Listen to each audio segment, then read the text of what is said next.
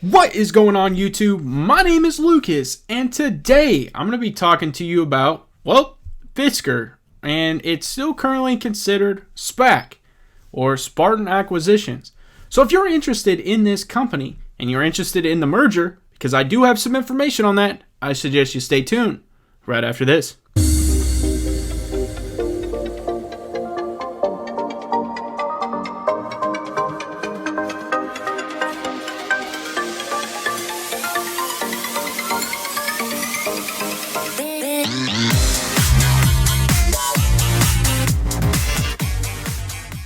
Before I start talking merger, I ask that you guys smash that subscribe button, smash that like button, comment down below, and now it's time to get into the video. So as I often do, I was thumbing through Twitter and I came across Henrik Fisker's Twitter account, and I saw that he had tweeted about, there's going to be a merger occurring hopefully. So if you own any shares as of October 1st in Spartan Acquisitions, you will be taking a vote on October 28th, and you'll be voting in hopes that this company merges over to Fisker, which will be trading under the new ticker symbol FSR, and it will be trading on the New York Stock Exchange.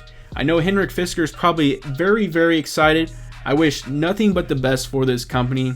I do think that it has a great vehicle that they are going to be obviously producing, and I'm going to dive into a bunch of information. This company is based out of California, another EV coming out of California. And so I think it's time to really do its due diligence and provide you guys with some information on this company, what to expect from the ocean and what really to expect from this company. So swing it on over here and let's go. So it says, based in Los Angeles, California, Fisker is revolutionizing the automotive industry by developing the most emotionally desirable and eco-friendly electric vehicles on Earth. Supported by advanced mobility solutions, the proposed transaction is anticipated to provide Fisker the necessary funding to bring its first product, the Fisker Ocean, to production in late 2022. The Fisker Ocean is a fully electric SUV with premium styling and features and has been designed to be the world's most sustainable vehicle, including extensive use of environmentally friendly and recycled materials. The Fisker Ocean will be available to consumers through an innovative leasing package, which I will talk about very extensively.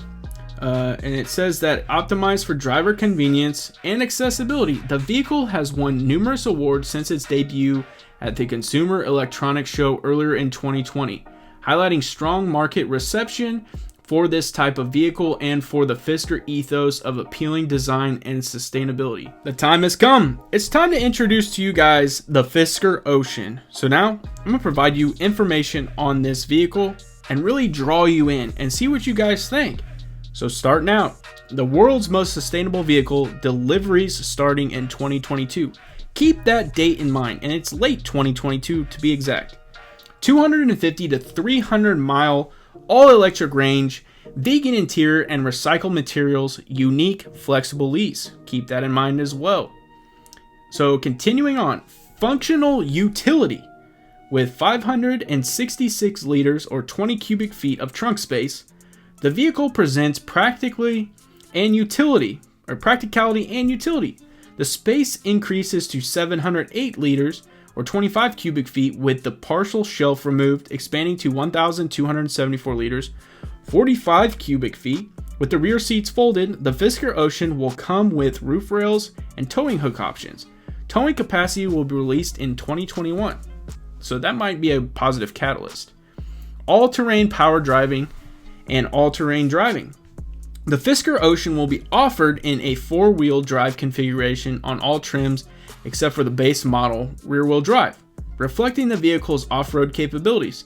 The standard four-wheel drive configuration will deliver an output of more than 225 kilowatts. That's still crazy for me to see. I'm glad they converted that. So it says 225 kilowatts, more than 300 horsepower, with an ultra-high performance version targeting 0 to 60 miles per hour in less than 3 seconds. Total power output to be announced in 2021. Another positive catalyst we expect to see in 2021. I'm assuming they're going to be, probably really ramping up kind of testing and doing things like that in 2021. And you're going to probably start to see a lot more analytics come out. Just my thoughts. Now, one of the biggest features that they have talked about quite a bit is going to be California mode.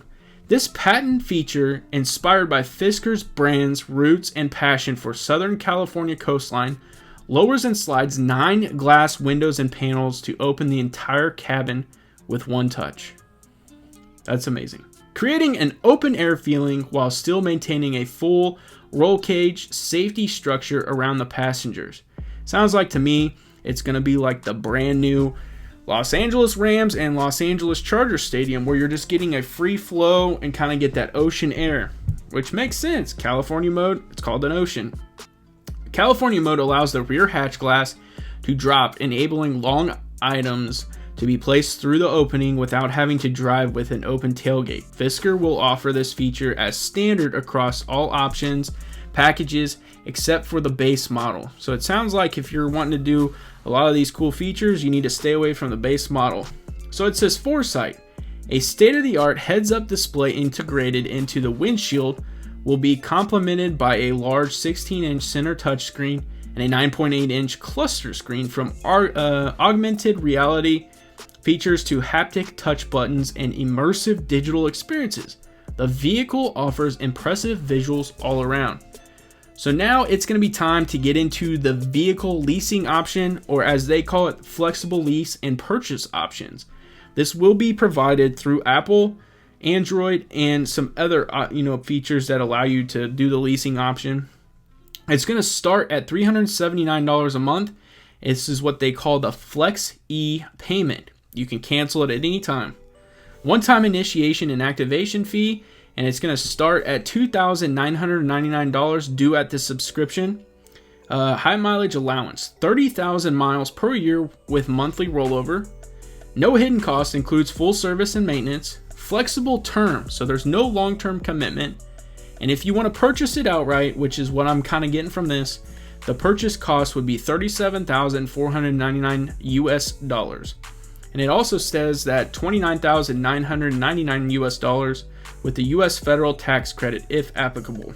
So I do think that this is a very affordable electrical vehicle, a very affordable SUV electrical vehicle at that. And so these are some major things to think about. The leasing option is going to be a very beneficial feature to a lot of people. People may not necessarily want to dive right into an electrical vehicle. Maybe they just don't feel comfortable. That's the future. We are heading that direction.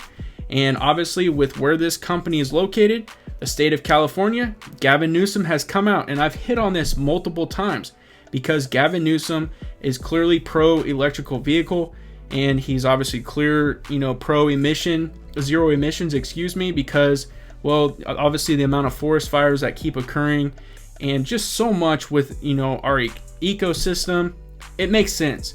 So he wants to potentially be fully electric selling vehicles by 2045. Fisker is going to be a great option, I think. And with them starting production in late 2022, I think this will be an option for people, no question. I break down the chart and provide you that information before obviously the merger occurs. I want to be well ahead of that. I do want to give you my personal thoughts on this stock, on this company. And my personal thoughts is they are going to be producing a vehicle that is going to be a much needed vehicle. And they have talked about some other vehicles that will be way down the road, but obviously they're capitalizing, hitting on the ocean. I think that this will be a much needed vehicle. It will be a much needed vehicle in a niche, the electrical vehicle market. Obviously, off the top of my head, I can only think of Tesla's Model X, Tesla's Model Y, and Rivian's SUV. So those are the three that I can think of that are going to be fully electric besides the ocean. Now, my thoughts is that if this company is going to be merging, and they're going to be merging by November 1st, hopefully, of 2020, what is going to be the positive catalyst that drive this stock in the upward direction, moving all the way until 2022? Those are just the questions I have. That is going to be one reason why I keep this on my watch list. I don't have any intention of investing anytime soon because I do want to see what catalyst, what positive direction they can provide, investors or even just people that are keeping track of the stock. What positive catalysts are going to help you drive this stock and want to get investors into your company. You know, what are they going to use the SPAC money for? Are they going to start, you know, building a plant? It sounds like to me they might already have some of that stuff in place. So are they going to start using the money to put it into marketing and really, you know, putting the ocean into production and getting the testing and things like that completed? It's just going to be very interesting to see as this company moves forward, which direction they start to head and, you know, how successful they truly will be. I do think they have a great option and they provide a great option. It's just the year is, you know, at which they're going to start producing those vehicles is still a ways away. We have come to my favorite part of any video, and that is chart breaking down time. So let's swing on over here and take a look at SPAQ, also known as Fisker. So today it opened at $14 even. It got as high as $14.13. Its low was $13.51.